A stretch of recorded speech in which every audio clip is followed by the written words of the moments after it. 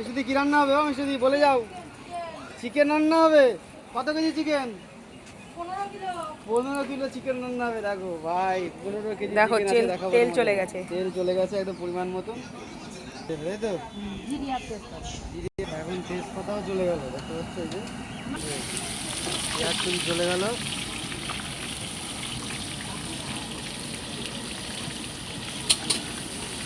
কিন্তু মিষ্টির হেসেলে রান্না হবে 15 কেজি চিকেন, তো তার জন্যই দেখো চলে গেছে পেঁয়াজ, পুরো ভরপুর পেঁয়াজ তেজপাতা চলে গেছে। আর ওই পাশে দেখতে পাচ্ছ বাটি বাটি মশলা কিন্তু রেডি, পুরো একদম 15 কেজি চিকেনের মশলা রেডি হয়ে গেছে। আর এক্ষুনি কিন্তু চলে যাবে তেলের ভিতরে। চলো দেখতে থাকো তোমরা।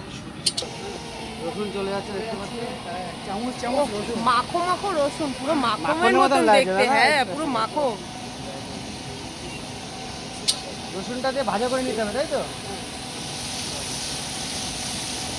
মশলা একসঙ্গে।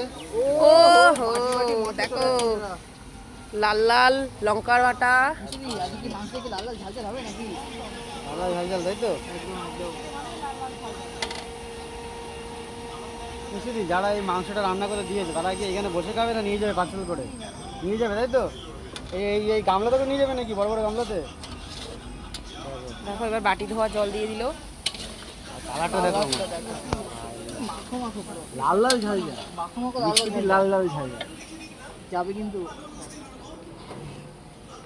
রসুন পেস্ট চলে আসবে, তাই না? একটু মনে হলো যে কম হয়েছে, ওই কারণে আর একটু দিয়ে দিল।